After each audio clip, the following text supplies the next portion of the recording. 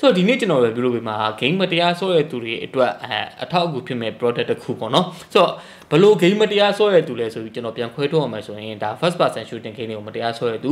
ဥပမာပြဒါ Valorant လိုမျိုးတွေနောက်ပြီးတော့ဒီ Counter Strike လိုမျိုး first person shooting game တွေကိုဆော့တဲ့သူတွေအတွက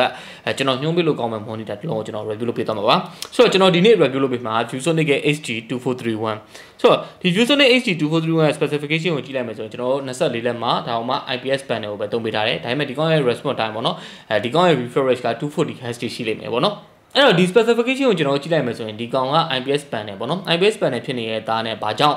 ဒီ gaming ဘက်မှာကျွန်တော် first person shooting game ကိုညွှန်းလဲဆိုပြီးပြောစရာရှိတယ် ViewSonic ကပြောထားတာတော့သူတို့ရဲ့ဒီ IPS panel သုံးပေးထားတဲ့ HD2431 တကယ် TN gaming panel သုံးပေးထားတဲ့ monitor တွေထက်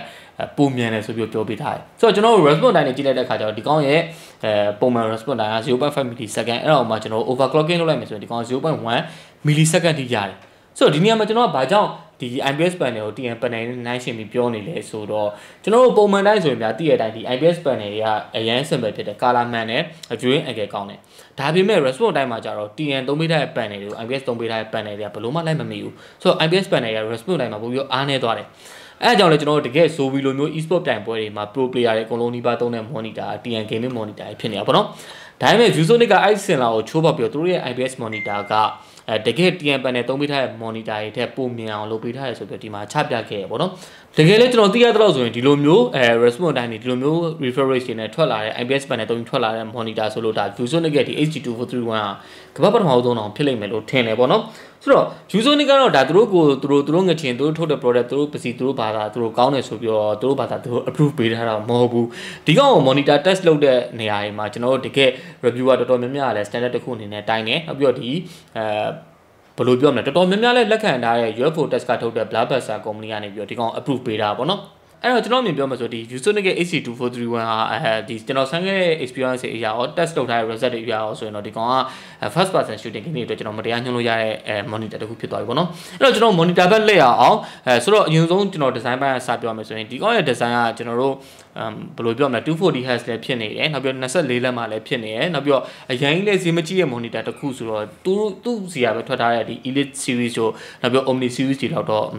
design ဘက်မှာတိတ်မကောင်းဘူးပေါ့နော်မကောင်းဆိုတာမလောက်ဘူးပေါ့နော်ဟိုကောင်တွေကတော့ RGB ဘာညာပါတယ်ပေါ့နော်ဒါပေမဲ့ RGB ဘာညာလည်းမကြိုက်တဲ့သူတွေအတွက်ကျွန်တော်လိုအောင်မလို့ပြောရမှာပေါ့နော်ဒါပေမဲ့ဒီကောင်မှာသဘောကျတဲ့တစ်ချက်ကဒီ stand ပေါ့နော် monitor stand ကတော်တော်လေးကောင်းတယ်တော်တော်လေးကောင်းတယ်ဆိုတာ adjustable ပဲကျွန်တော်မျိုးစုံလုပ်လို့ရတဲ့အပြင်ကိုတော်တော်လေးလေးတယ်နောက်ပြီး big quality ဘက်မှာလည်းတော်တော်လေး strong ဖြစ်တယ်ပေါ့နော်အဓိကတော့ဒီကောင်က monitor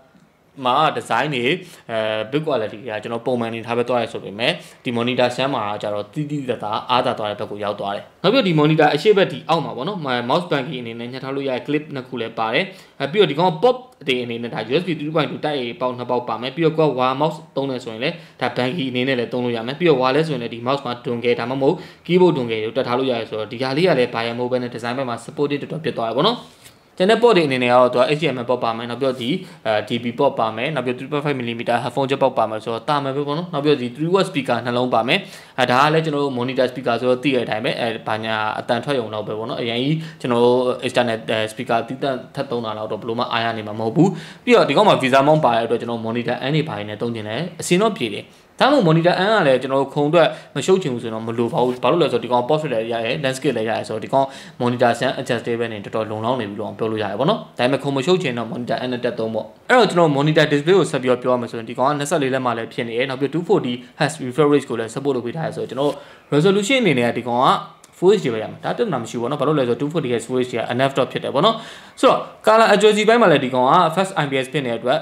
104% ပေါ့နော် 100% တော့ပုံများတယ် 104% sRGB ကို support လုပ်ပေးထားသေးတယ်ပြီးတော့ HDR ကိုလည်း support လုပ်ပေးထားရဆိုတော့ကျွန်တော် HDR video ဘာညာလည်းကြည့်လို့ရသေးတယ်ဒါပေမဲ့တခုပြောကြရရှိတာဒီကောင်က brightness ဘက်မှာအမြင့်ဆုံးကို350 nits ပဲ support လုပ်ပေးထားတယ်ဆိုတော့ကျွန်တော်တို့ဒီ HDR video တွေ HDR ကို support လုပ်ဖို့ဆိုရင်ကျွန်တော်တို့ minimum brightness က400 nits လောက်မှအဆင်ပြေတာပေါ့နော်ဆိုတော့400 nits ဆိုတော့ဒီကောင်မှာဒီ HDR video အရန်ကောင်းတယ်တော့မဟုတ်ကြည့်လို့ရရဲဆိုရုံလောက်ပဲကြည့်လို့ရမှာပေါ့နော်နောက်တစ်ခုရှိသေးတာဒီကောင်က ViewSonic ကနေပြီးတော့ဒီ Blockbuster နဲ့ထုတ်ပေးထားတဲ့သူ website ကViewSonic ဒီ utility app နဲ့ overclocking လုပ်လိုက်မှာပေါ့နော် 0.1 millisecond ထိထားသုံးလိုက်မယ်ဆိုရင်ဒီကောင်ရဲ့ brightness က100 nits လောက်ထိထပ်ပြီးတော့ကျသွားဖို့ရှိရဲဆိုတော့ overclocking လုပ်မယ်ဆိုရင်ကျွန်တော် 0.1 millisecond နဲ့သုံးမယ်ဆိုရင်ဒီကောင်ရဲ့ brightness က maximum 250 nits ပဲရလိမ့်မယ်ပေါ့နော်ဆိုတော့ဒါပေမဲ့ကျွန်တော်ညဘက် gaming ဆော့တာဘာညာအတွက်ကတော့250 nits ကတော့ဒီ monitor တစ်လုံးအနေနဲ့ဆိုတော့လုံလောက်တယ်ဆိုတော့လုံလောက်တယ်ပြောလို့ရပါဘောနော် ဆိုတော့ဒါပြောရမယ်ဆိုရင်ဒါတစ်ဖက်ကကမ္ဘာအများဆုံး response time နဲ့ gaming monitor တစ်ဖက်ကကျွန်တော်တို့ဒီ brightness ဘိုင်းမှာပြန်ပြီးတော့ပေးဆက်လိုက်ရတယ်ဆိုတော့ပြောရမယ်ဆိုရင်သူဆင်းသွားတဲ့ 100 nits brightness ဆိုတာလည်းကျွန်တော်တို့ညဘက်တွေပေါ့နော်အခန်းထဲမှာ game ဆိုတာလောက် run line နဲ့ဆိုတာလောက်ပြဿနာမရှိပေမဲ့နေကင်းဘက်တွေမှာဆိုရင်တော့ကျွန်တော်အမြင်ပြောမှာဆိုဒါ monitor light အကူအညီရောလိုသွားလိမ့်မယ်လို့ထင်တယ်ပေါ့နော်ဘာဖြစ်ဖြစ်ကျွန်တော်ကိုယ်တိုင်ကတော့ဒီ response time အဲ့လောက်မဟုတ်တဲ့အတွက်ကျွန်တော်ကတော့ဒီဘယ်လိုပြောရမလဲ brightness ကို250 nits ကိုပဲထားပြီးတော့ဆော့ပစ်တယ်ဆိုတော့ဒီနေရာမှာ user ရဲ့အနေနဲ့တကယ် game ဆော့ရတဲ့သူတွေအနေနဲ့စဉ်းစားရမှာပေါ့နော်နေကင်းဘက် game ဆော့ခြင်းနဲ့ဆိုရင် monitor light အကူအညီလိုမဲ့ဒီ response time ကိုယူမလားကမ္ဘာအမြင့်ဆုံး response time ကိုယူမလားဒါမှမဟုတ်ကျွန်တော်တို့ normal response time နဲ့ brightness အမြင့် brightness ပိုကောင်းတာကိုယူမလားဆိုတော့ဒါဝယ်မဲ့သူကိုယ်တိုင်ပဲစဉ်းစားရမှာပေါ့နော်ကျွန်တော်ကဒီနေရာမှာတော့ဘာကိုရွေးပါလို့တော့မပြောချင်ဘူးပေါ့နော်Okay အဲ့တော့ကျွန်တော်ဒီ ViewSonic HD2431 review လေးကိုဒီနေရာမှာပဲအဆုံးသတ်ပါမယ်ဒီကောင်းရဲ့ဈေးနှုန်းလေးက9သိန်းဝန်းကျင်ရှိလိမ့်မယ်လို့သိရတယ်ဆိုတော့ဒီဈေးနှုန်းဝန်းကျင်ကကျွန်တော်မြင် personally ပေါ့နော်ပြောရမယ်ဆိုတာတန်တယ်လို့ပြောလို့ရတယ်ဘာလို့လဲဆိုတော့29လက်မှာ 144Hz အောင်ဒီဈေးနဲ့ရောင်းနေအောင်